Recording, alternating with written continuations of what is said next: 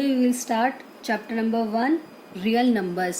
Now real numbers क्या होते हैं? Real number is the combination of rational and irrational numbers. अब rational number, irrational, real numbers, all these are the parts of the number system. तो firstly हम discuss करेंगे कि number system को, कि उसमें किस किस टाइप के नंबर्स होते हैं और वो कौन से नंबर होंगे. अब फर्स्ट ऑफ ऑल आता है नेचुरल नंबर्स. नेचुरल नंबर जो हमारे काउंटिंग नंबर्स होते हैं उन्हें ही हम बोलते हैं नेचुरल नंबर्स, जो कि स्टार्ट कहाँ से होते हैं? 1 से. 1, 2, 3 all our counting numbers, 4, 5 up to so on, मतलब इनफाइनाइट नंबर. 91, 92, 100, 1000, 10,000, मतलब अप टू इनफाइनाइट. इसलिए डॉट डॉट लगा के कोई नंबर लास्ट में नहीं रखा, बिकॉज ये इनफाइनाइट नंबर होते हैं हमारे नेचुरल नंबर्स. और स्टार्टिंग कहाँ से होती है इनकी? 1. So natural number are the numbers that start from 1 and goes up to infinity. अब उसके बाद सेकेंड नंबर पे आते हैं हमारे होल नंबर्स. होल नंबर्स कौन से होंगे? जो नेचुरल नंबर्स होंगे वो सब तो होल नंबर्स होंगे, बट इसमें एक अनदर टर्म आ जाएगी, वो क्या होगी हमारी? जीरो. जीरो. उसके बाद बाकी सभी सेम काउंटिंग नंबर्स हमारे 3, 4, 5, 6 and up to so on. ठीक है. तो होल नंबर्स कौन से नंबर्स होंगे? Data start from the zero and goes up to infinity. तो यहाँ से एक चीज आई है कि all the natural numbers are whole numbers, कि सभी नेचुरल नंबर्स होल नंबर्स हैं. देखो जो नेचुरल नंबर्स हैं वो सभी होल नंबर्स में आएंगे, ये भी इनफाइनाइट तक. तो सभी नंबर्स आगे जितने भी होंगे वो सभी नंबर्स होल नंबर्स में भी होंगे. बट जो होल नंबर्स होते हैं वो all whole numbers are not a natural numbers, because zero whole number है बट ये नेचुरल नंबर नहीं है. ठीक है. तो इन दोनों से कंडीशन क्या है? नेचुरल नंबर होल होते हैं but whole numbers, all whole numbers are not natural. ठीक है. नेचुरल होल नंबर्स हो गए. उसके बाद आते हैं हमारे इंटीजर्स.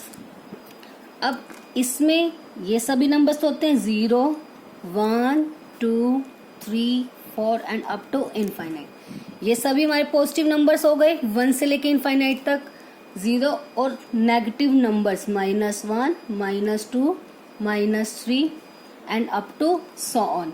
ठीक है. इंटीजर्स हमारे पॉजिटिव भी होते हैं, नेगेटिव भी होते हैं एंड ऑल्सो 0 भी एक इंटीजर है. सो -1 से लेके आगे जितने भी इनफाइनाइट तक जाएंगे इन्हें हम बोलते हैं नेगेटिव इंटीजर्स. कौन से इंटीजर्स हो जाएंगे ये? Negative integers. ऐसे ही ये 1 से लेके एंड आगे सो ऑन, ये होते हैं हमारे पॉजिटिव इंटीजर्स. ठीक है. जो प्लस वाले होंगे वो पॉजिटिव होंगे और जो नेगेटिव वाले होंगे वो नेगेटिव इंटीजर्स. बट जब भी आपको बोला जाए कि राइट द पॉजिटिव इंटीजर्स, तो हम कहाँ से स्टार्ट करेंगे? 1 से. और नेगेटिव कहेंगे तो -1 से. अब आपके माइंड में क्वेश्चन आ रहा होगा, 0 तो हमने पॉजिटिव में भी नहीं लिया और ना ही नेगेटिव में. ये ऐसा इसलिए हुआ क्योंकि 0 ना तो पॉजिटिव होता है ना ही नेगेटिव होता है. तो इसलिए हम 0 को क्या कहते हैं? 0 is a non negative number, non negative integer. ठीक है. क्या होता है? 0 is a non negative integer, मतलब जो कि नॉन नेगेटिव का मतलब है जो नंबर्स नेगेटिव ना हो. ठीक है.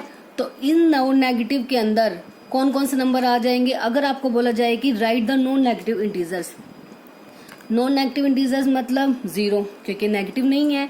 उसके बाद 1, 2, 3 अप टू सो ऑन, क्योंकि नॉन नेगेटिव का मतलब जो टर्म्स नेगेटिव ना हो. तो वो 0 से स्टार्ट होके पॉजिटिव वाले सभी नंबर्स भी इसी का पार्ट होंगे जो कि नॉन नेगेटिव है. बस पॉजिटिव का मतलब सिर्फ 1 से स्टार्ट करने, सिर्फ प्लस वाले, और नॉन नेगेटिव का मतलब 0 से स्टार्ट करके सभी इंटीजर्स हमने लेने हैं.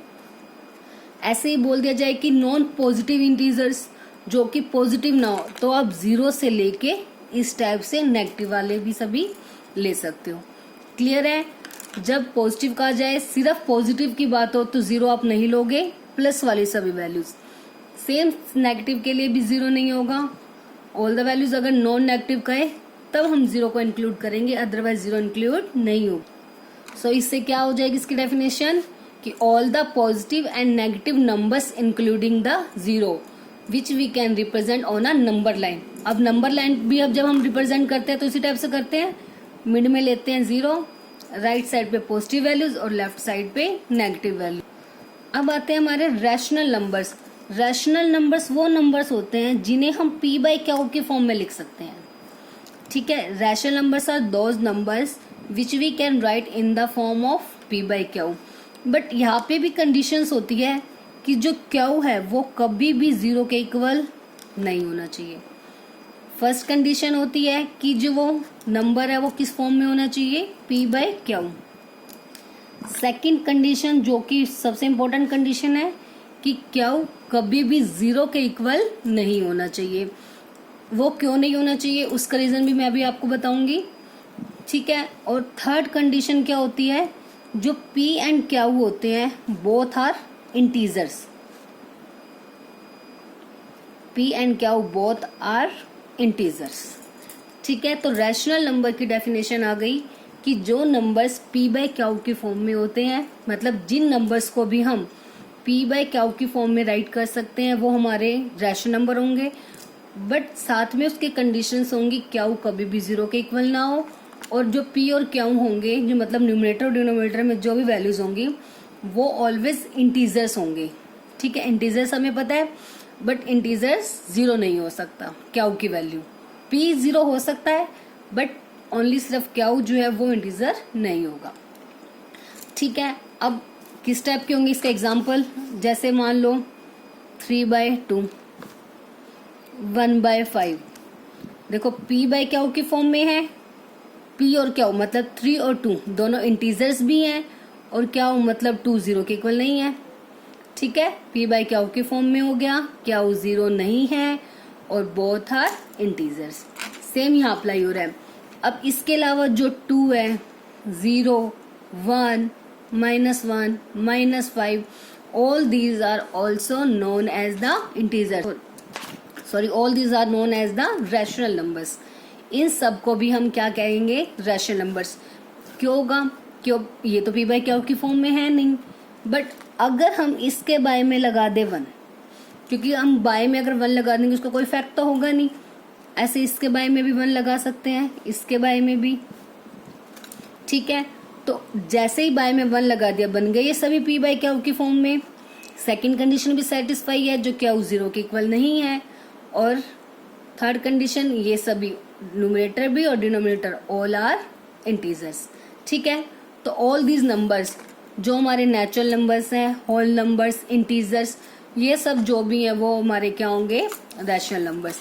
ऐसे ही same 1.5, 2.7, these are also rational numbers. ये भी हमारे क्या है, rational numbers.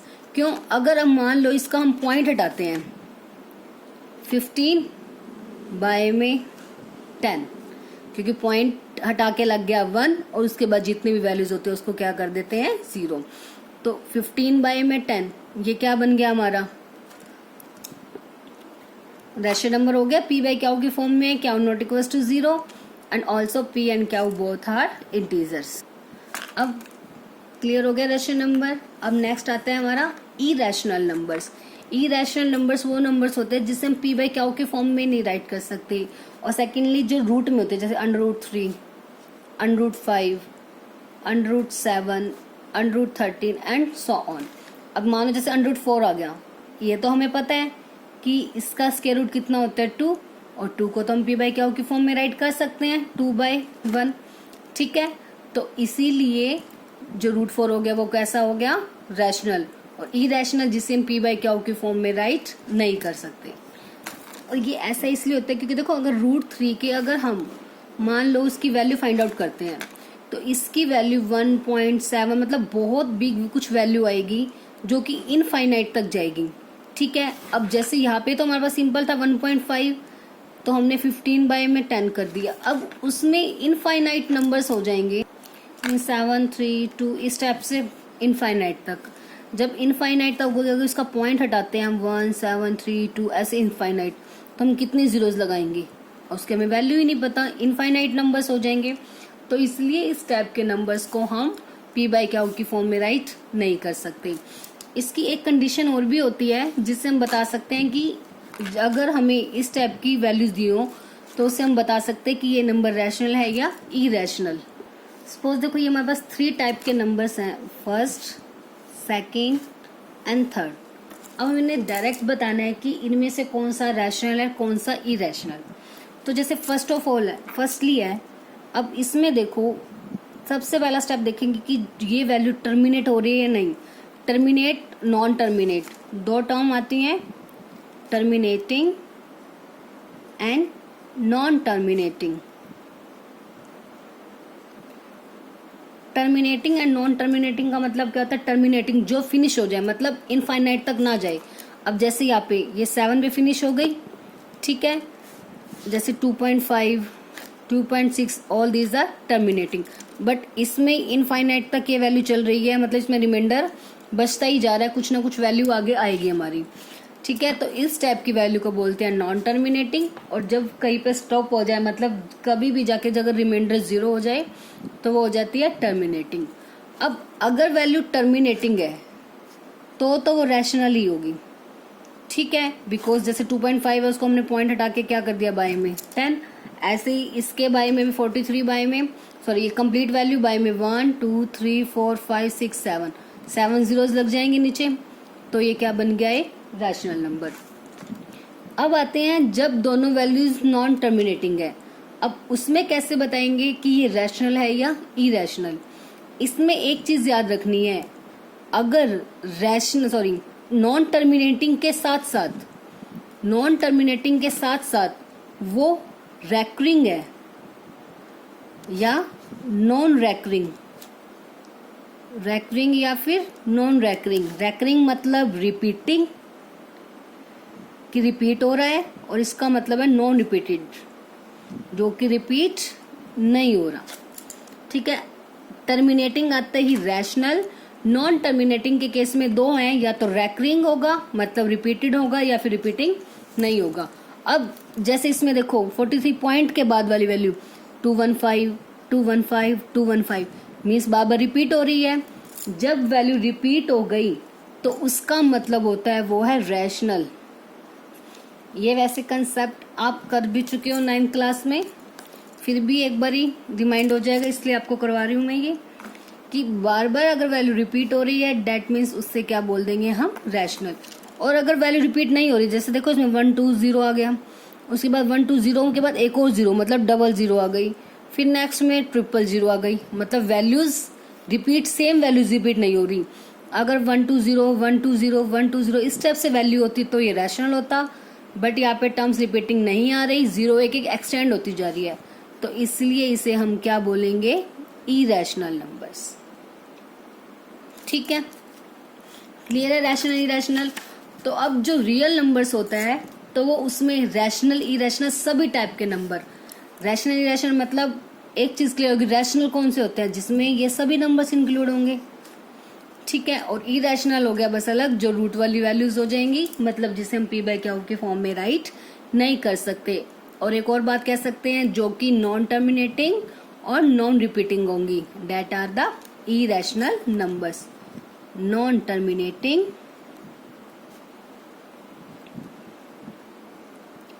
And non repeating, ठीक है। ये दो टाइप की हो गई, that are the irrational numbers. अब रियल नंबर्स में ये सभी टाइप के नंबर्स आ जाएंगे। नाउ एक्सरसाइज 1.1 स्टार्ट करने से पहले हम एक लेमा करेंगे, यूक्लिड डिवीजन लेमा। डिवीजन सभी को पता है, मतलब डिवाइड, ठीक है। यूक्लिड डिवीजन लेमा क्या होता है कि गिवन 2 पॉजिटिव इंटीजर्स, कोई भी दो पॉजिटिव इंटीजर्स हैं a and b, there exist unique integers q और r, कि दो पॉजिटिव इंटीजर्स के लिए ऐसे दो मतलब दो यूनिक इंटीजर्स लाई करेंगे q एंड r, जो कि इस कंडीशन को सेटिस्फाई करेंगे, a equals to B Q plus r, और r always lies between 0 and b, means 0 के इक्वल होगा और 0 से ग्रेटर होगा और b से हमेशा लेस होगा। ये कुछ नहीं है, ये सिंपल आपकी डिवीजन एल्गोरिथम है, जो आप डिवाइड के लिए करते थे ना। डिवीजन एल्गोरिथम हमारी क्या होती थी? डिवीजन एल्गोरिथम हमारी क्या होती थी कि जो डिविडेंड है वो किसके इक्वल होता था, divisor multiply quotient plus remainder, यही होती थी division algorithm. Dividend equals to divisor multiply quotient plus remainder. अब डिविडेंड डिवीजर क्या होते थे, मान लो कोई भी टू नंबर्स होते थे, जैसे 17 है, ठीक है, 35 को हमें उससे डिवाइड करना है, तो 17 1 जा 17, 17 2 जा 34, ये आ गया 1। तो उस केस में जो डिविडेंड मतलब ये वैल्यू 35 इक्वल होता है डिवीजर मतलब जिससे डिवाइड किया जाता है, दैट इज 17 कोशिएंट जो डिवाइड करने के बाद आएगा प्लस रिमाइंडर इज 1। 17 2 जा 34 प्लस 1 35, ठीक है। तो यहाँ पर यही वैल्यू है ए और बी। ए हमारा है डिविडेंड, क्या है, ए है डिविडेंड, मतलब ए और बी दो पॉजिटिव इंटीजर्स हैं, मतलब अगर हम बी को ए से डिवाइड करते हैं तो हमें दो यूनिक इंटीजर्स मिलेंगे जो कि क्यू एंड आर, मतलब q is quotient, r is for remainder, ठीक है। तो यहाँ पे जो कोशिएंट आएगा और रिमाइंडर, तो वही से जो एल्गोरिथम हमारी है ए equals to B Q plus R. अब ए मतलब डिविडेंड इक्वल होता है, बी मतलब डिवीजर, क्यू मतलब कोशिएंट प्लस रिमाइंडर, ठीक है। तो डिवीजन जो एल्गोरिथम है वही हमारा यूक्लिड डिवीजन लेमा है। ए और बी दो इंटीजर्स को लेके ए हमारा डिविडेंड हो गया, बी इज द डिवीजर। अब आर लाइज बिटवीन, जो रिमाइंडर है वो हमेशा या तो जीरो के इक्वल, अब मान लो यहाँ पे 34 को डिवाइड करते हैं हम, तो 17 2 जा 34, तो हमारा रिमाइंडर आ गया 0।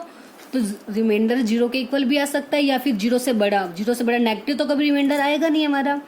तो रिमाइंडर हमेशा कैसा होता है, पॉजिटिव आता है, इसलिए 0 आ सकता है, या 0 से बड़ा मतलब पॉजिटिव, ठीक है। बट बी से छोटा क्या कभी भी रिमाइंडर 17 आ सकता है। अब जैसे मान लो 17 है 34, अब अगर हम 17 बन जाए 17 कर दें तब आ गया 17, बट क्या ये हमारा करेक्ट है, नहीं, बिकॉज अगर 17 मतलब जिस हाईएस्ट नंबर पे डिवाइड होता है हमें तो वो लेते हैं, मतलब 17 2 जा 34, ठीक है। तो कभी भी जो रिमाइंडर होगा वो हमारा डिवीजर के इक्वल नहीं आ सकता, रिमाइंडर कभी डिवीजर के इक्वल नहीं आएगा, उससे हमेशा छोटा आएगा। तो इसीलिए ये हो गया A equals to B Q plus R, जो रिमाइंडर है वो तो या तो 0 से बड़ा या उससे ग्रेटर होगा और बी से हमेशा छोटा होगा। अब इसी लेमा को यूज करके हम एक्सरसाइज 1.1 करेंगे, जिसमें हमें कहा जाएगा कि use the Euclid division algorithm. जो यूक्लिड डिवीजन एल्गोरिथम होती है वो हमेशा किन्हीं भी दो नंबर का एचसीएफ फाइंड आउट करने के लिए यूज की जाती है, ठीक है। तो ये याद रखना है, जो यूक्लिड डिवीजन एल्गोरिथम होगी, यूक्लिड्स डिवीजन एल्गोरिथम कुछ भी नहीं है, बस सिंपल यही आपको यूज करना है, इसी के स्टेप्स बन जाएंगे काफी सारे। Euclid division algorithm is used to find the HCF of two integers या टू पॉजिटिव इंटीजर्स, आप राइट कर सकते हो कि दो पॉजिटिव इंटीजर्स का एचसीएफ फाइंड आउट करने के लिए यूक्लिड डिवीजन एल्गोरिथम की जाती है। एचसीएफ पता है ना सभी को क्या होता है, हाईएस्ट कॉमन डिवीजर, ठीक है, कि वो नंबर बड़े से बड़ा नंबर जो गिवन दो नंबर्स होंगे उनको डिवाइड करे। सो फर्स्ट क्वेश्चन क्या है हमारे एक्सरसाइज का, use Euclid division algorithm. Euclid division algorithm use करनी है to find the HCF of, ये दो नंबर्स गिवन है 135 एंड 225, इन दोनों का हमें क्या फाइंड आउट करना है, HCF by using the Euclid division algorithm. तो फर्स्ट हम क्या लिखेंगे, using Euclid division lemma, division lemma क्या हो जाएगा, a equals to B Q plus R. A होगा जिसको डिवाइड करना है, डिविडेंड हमेशा दोनों नंबर्स में से बड़ा होगा, दैट मीन्स ए की वैल्यू तो आ गई 225, अब बी की वैल्यू आ गई 135, अब कोशिएंट और रिमाइंडर तो हमें पता ही नहीं है, ठीक है। अब आपको एचसीएफ आपने पहले भी फाइंड आउट किया है, एचसीएफ फाइंड आउट करने का एक हमारे पास डिवीजन वाला फॉर्मूला होता था, डिवाइड वाला, ठीक है, उसी फॉर्मूले मतलब सॉरी उसी मेथड से हम इसे सॉल्व करेंगे। जो HCF फाइंड आउट करने का डिवीजन मेथड था उस मेथड को हम यूज करेंगे। उसमें क्या करते थे, हम डिवाइड करते थे, जो बिग वैल्यू है वो अंदर राइट करते हैं और बाहर जो मतलब डिवीजर में क्या हो जाएगी, जो स्मॉलेस्ट वैल्यू होगी। अब डिवाइड करेंगे 135 1 जा 135, 5 में से 5 गए 0 और 12 में से 3 गए 9। बस अब इसके बाद कोई और वैल्यू नहीं है जिससे हम नीचे उतारें। अगर कोई अनदर वैल्यू होगी तो आप पहले उसे कंप्लीट सॉल्व करेंगे, बट अब यहाँ पे आ गया, अब ये आगे सॉल्व नहीं होगा, तो डेट मीन्स ये हमारा क्या हो गया, रिमाइंडर 135। देखो बस सिंपल यही तो राइट करना है, जो सबसे पहले ये वैल्यू होगी वो बाहर राइट करनी है। अगर किसको ये भी याद नहीं होता तो बीच वाली वैल्यू यहाँ राइट करनी है। उसके बाद इन दोनों की मल्टीप्लाई, 135 मल्टीप्लाई 1 प्लस जो बच गया ये 90, ये हमारा क्या हो जाएगा, रिमाइंडर। आप चाहो देखो 135 1 जा 135 प्लस 90 करोगे तो कितना आएगा, 225। ठीक है, ये प्रोसीजर हमें तब तक करना है जब तक हमारा रिमाइंडर 0 नहीं आ जाता। ठीक है, अब उसके बाद क्या करते थे हम, अब जो 90 है हमारा वो हमारा क्या बन गया, डिवीजर, और जो ये वैल्यू थी जो हमारा डिवीजर था वो अब बन गया डिविडेंड। जो रिमाइंडर आया था डेट इज आवर डिवीजर, मतलब क्योंकि वो स्मॉलेस्ट वैल्यू होगी और ये बिग वैल्यू है तो अब इसको तो डिवीजर बना नहीं सकते, तो ये हमारा बन जाएगा डिविडेंड और जो रिमाइंडर आएगा वो क्या हो जाएगा, डिवीजर। अब फिर से 91 जा 90 माइनस 5 1 5 में 5 में 0 गई 5, 13 में से 9 गए 4। फिर से सेम यहाँ राइट कर देते हैं, स्टेप बाय स्टेप आप राइट कर लोगे, दिक्कत नहीं होगी। 135 यहाँ, फिर इन दोनों की मल्टीप्लाई 90 मल्टीप्लाई 1 प्लस रिमाइंडर यहाँ। अभी भी रिमाइंडर 0 नहीं आया तो सेम, अब 45 बन गया हमारा डिवीजर और 90, याद ये ऊपर वाला नहीं लेना। अब जो ये वैल्यू थी नेक्स्ट, अब उसको भूल जाओ, वो हमने ले लिया बीच में, अब ये वैल्यू आ जाएगी 90, 45 2 जा 90, आ गया रिमाइंडर 0, तो यहीं पे हमारा क्वेश्चन खत्म हो जाएगा। तो क्या आ जाएगा, 90 इक्वल्स टू 45 मल्टीप्लाई 2 प्लस कुछ भी नहीं है मतलब 0। अब देखो लेमा यूज किया, एल्गोरिथम बन गई ना, देखो स्टेप्स बन गए इसके अलग अलग। आप चाहो तो ये राइट कर सकते हो, स्टेप 1 स्टेप 2 स्टेप 3। ठीक है, बस जैसे ही जिस केस में हमारा रिमाइंडर 0 आ गया उस केस में जो ये वैल्यू है मतलब जो हमारा b होगा, b मतलब जो हमारा डिवीजर होगा वो हमारा क्या हो जाएगा, HCF। तो HCF कितना आ गया हमारा 45। लास्ट में आपको आंसर जरूर राइट करना है HCF, क्योंकि क्वेश्चन ही हमारा यही था कि find the HCF find out करना था ना, तो HCF इक्वल्स टू 45। ठीक है, जैसे रिमाइंडर 0 आ गया उस केस में जो b होगा वो क्या हो जाएगा, HCF। नेक्स्ट है 196 एंड 38220, इन दोनों का हमें फाइंड आउट करना है HCF।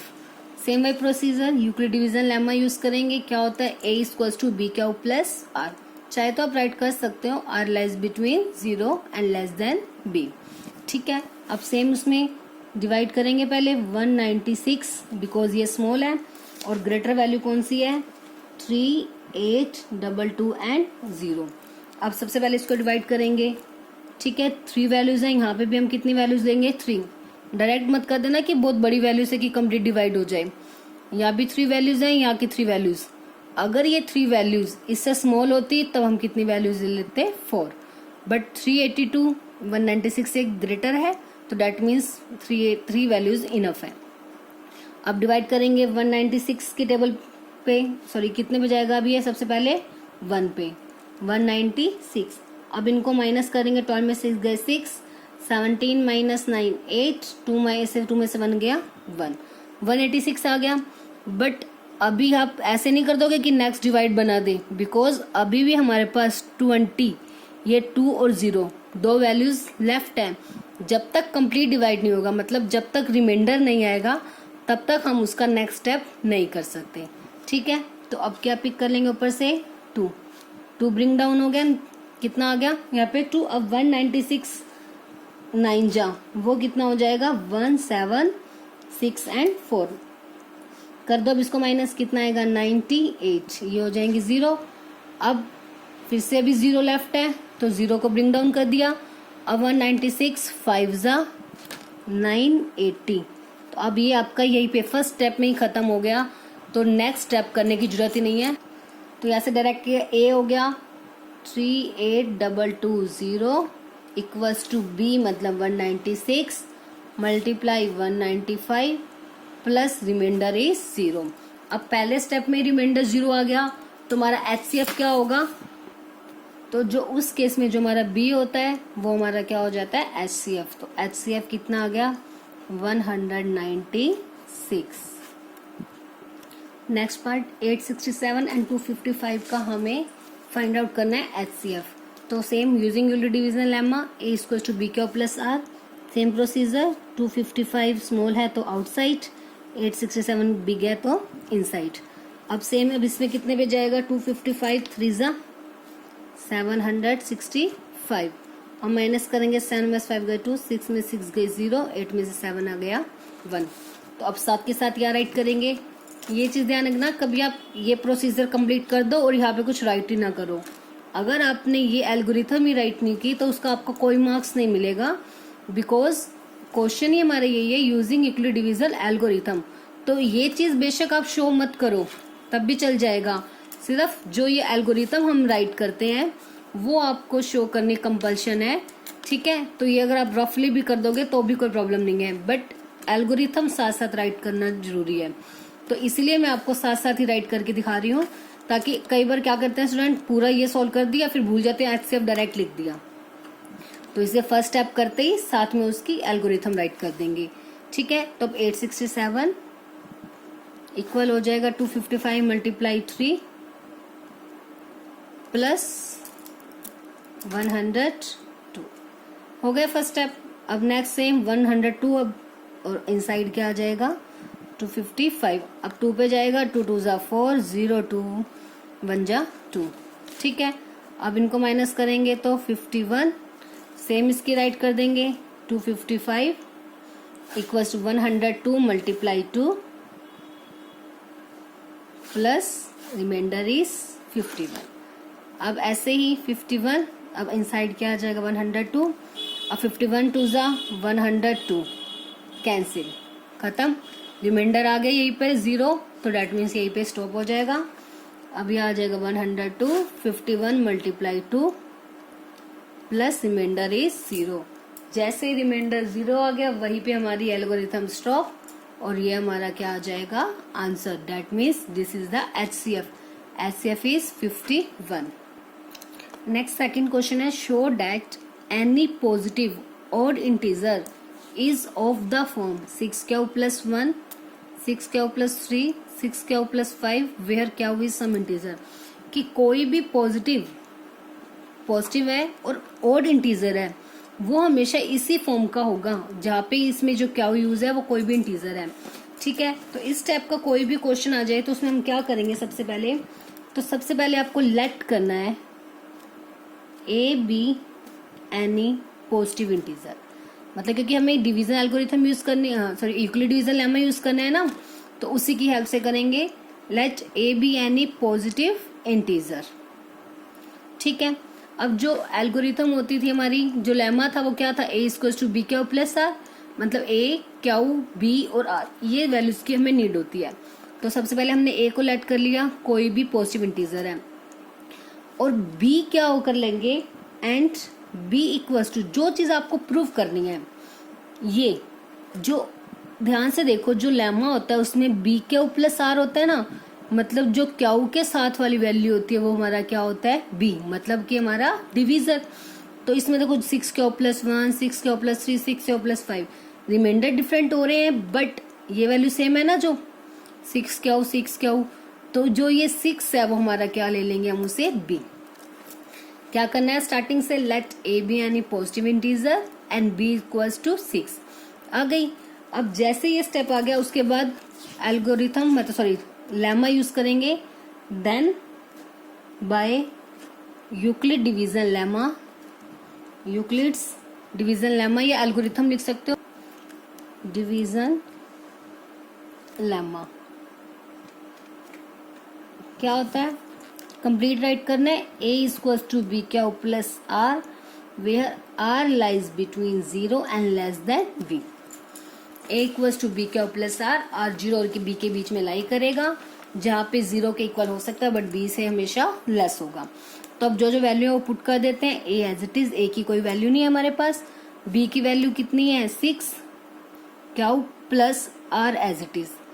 अब इसमें भी सेम यही हो गया 0 आर और बी क्या है 6 से छोटी। इसका मतलब क्या हो गया, जो आर है वो 0 के इक्वल या 0 से बड़ा होगा बट 6 से क्या हो जाएगा लेस। इसका मतलब जो आर की वैल्यू वो क्या क्या हो सकती है, या तो 0 हो सकती है 1 2 3 4 5 बिकॉज लेस देन 6 है। तो आर क्या क्या वैल्यूज ले सकता है 0 से लेके 5 तक। अब हम क्या करेंगे, जो ये लेमा है हमारे पास इसमें 1 बाय 1 आर की वैल्यू हम रिप्लेस करते जाएंगे। ठीक है, आर की वैल्यू पुट कर देंगे, जो जो वैल्यूज आएंगी उससे राइट कर लेते हैं। Now first of all put r equals to 0। तो आर के प्लेस पे जब 0 पुट करेंगे तो क्या आएगा, A equals to 6 Q plus R की वैल्यू 0, तो मतलब ए की वैल्यू आ गई 6 क्यू। ठीक है, अब ऐसे ही पुट कर दिया आर की वैल्यू 1। ठीक है, और एक चीज और थी इसमें, हमसे ये पूछा था कि जो इंटीजर्स पॉजिटिव ऑड इंटीजर होंगे वो फॉर्म दी हुई थी, मतलब हमें ऑड की बताना है ना। तो अब जो 6 क्या हुआ है 6 2 की टेबल पे जाता है, तो 6 की मल्टीप्लाई किसी भी नंबर से होंगी वो ऑलवेज कैसा होगा, इवन होगा। क्योंकि इवन नंबर्स कौन से होते हैं, इवन जो कि 2 की टेबल पर डिवाइड होते हैं, डिवाइडेड बाय 2, जो कि 2 की टेबल पे डिवाइड होंगे। और जो होंगे वो नॉट डिवाइडेड बाय 2 मीन्स जो 2 की टेबल पे डिवाइड नहीं होंगे हैं। ठीक है, यही होगा। तो 6 क्या हुआ है, जो 6 क्या हुआ है वो किसकी टेबल पे आएगा, 2 की टेबल पे आएगा। तो डेट मीन्स ये कैसा हो गया, इवन, विच इज इवन। ये हम राइट कर देंगे। अब ऐसे ही आर की वैल्यू 1 रिप्लेस कर देते हैं। तो ए equals to 6 q plus are के प्लेस पे क्या रखना है 1, तो 6 क्या प्लस 1। अब देखो जो 6 क्या हुआ है वो तो इवन है। अब इवन नंबर में अगर हम 1 ऐड कर दें, मान लो जैसे क्यू की वैल्यू 2 भी आती है, तो 6 क्यू तो हो गया 12, बट अगर 12 में मैं 1 ऐड कर दूंगी तो वो तो बन गया 13। तो 13 तो 2 की टेबल पे जाता नहीं है, तो इसलिए इवन नंबर में जब भी हम 1 ऐड कर देंगे तो वो हमेशा क्या बन जाएगा, ऑड नंबर, तो विच इज ऑड। सेम ऐसे ही अब पुट कर देंगे, आर की वैल्यू क्या हो जाएगी 3, तो क्या आ जाएगा A equals to 6 Q plus 3, sorry firstly R1 के बाद क्या पुट करना था 2, तो यहाँ पे भी कितना आ गया 2, तो 6 क्यू प्लस 2। अब 6 क्यू इवन है, 2 ऐड कर देंगे फिर भी वो कैसा रहेगा, इवन। नहीं तो आप 2 कॉमन लेके दिखा सकते हो, 3 क्यू प्लस 1। ठीक है, तो जो ये 2 हो गया, 2 का मल्टीपल है तो वो कंप्लीट वैल्यू क्या रहेगी, इवन ही रहेगी। आप ये कर भी सकते हो या इसको स्किप कर दो डायरेक्ट, ये इवन है, इवन में अगर 2 ऐड करेंगे तब भी वो कैसा आएगा, इवन। क्योंकि जैसे 12 plus 2 that is 14, 14 is also a divisor of 2, that means this is a even number. अब ऐसे ही पुट करनी है आर की वैल्यू 3, कब तक करनी है हमें आर की वैल्यू 5 तक। सो ए इक्वल्स टू 6 क्यू प्लस 3। अब इवन में 3 ऐड करेंगे, 12 प्लस 3 15, तो वो कैसा हो जाएगा, odd. Same put r equals to 4, so a equals to 6 Q plus 4। अब जैसे 12 प्लस 4 16, तो that means even. Even number में इवन को ऐड करेंगे कि 2 इवन नंबर का प्लस ऑलवेज इवन होगा, 1 इवन और 1 ऑड नंबर का प्लस ऑलवेज ऑड होगा। ठीक है, तो put r equals to 5, a equals to 6 Q plus 5, तो विच इज ऑड, बिकॉज 6 क्या इवन है, 5 इज ऑड, तो आंसर इज ऑड। तो जो हमारा क्वेश्चन था, show that any positive odd integer, जो पॉजिटिव ऑड इंटीजर है वो किस फॉर्म में होगा, 6 क्यू प्लस 1, 6 क्यू प्लस 3 और 6 क्यू प्लस 5। और यहाँ देखो जो ऑड नंबर है 6 क्यू प्लस 1 की फॉर्म में है, सेकंड वाला 6 क्यू प्लस 3 है और थर्ड है 6 क्यू प्लस 5। यही हमें शो करना था कि जो ऑड नंबर होगा वो इस फॉर्म में होगा। सो बस यही हम राइट कर देते हैं. So any positive odd integer is of the form 6 cube plus 1, 6 cube plus 3 और 6 cube plus 5. ठीक है. आई होप अब आपको यूक्लिड डिवीजन जो लेम्मा है उसकी हेल्प से जो हमने क्वेश्चन सॉल्व किए हैं यूजिंग यूक्लिड डिवीजन एल्गोरिथम, आपको वो आई थिंक क्लियर होंगे. So I will give you one question. Find HCF of 510 and 92 using Euclid division algorithm. ये आप सब अब क्वेश्चन करने के बाद एक क्वेश्चन सॉल्व करोगे जिससे आपकी प्रैक्टिस भी हो जाएगी और इसका जो आंसर आएगा वो आप मुझे कमेंट बॉक्स में उसका आंसर कमेंट करोगे. आई होप आप सभी क्वेश्चन सॉल्व करोगे और मुझे उसका आंसर भी सेंड करोगे. और किसी स्टूडेंट को अगर कुछ क्लियर नहीं होगा तो आप वो मुझे बता भी सकते हो, वो मुझसे पूछ सकते हो. Then I will tell you. और हमारी नेक्स्ट वीडियो में मैं इसका सॉल्यूशन भी आपको करके दिखाऊंगी.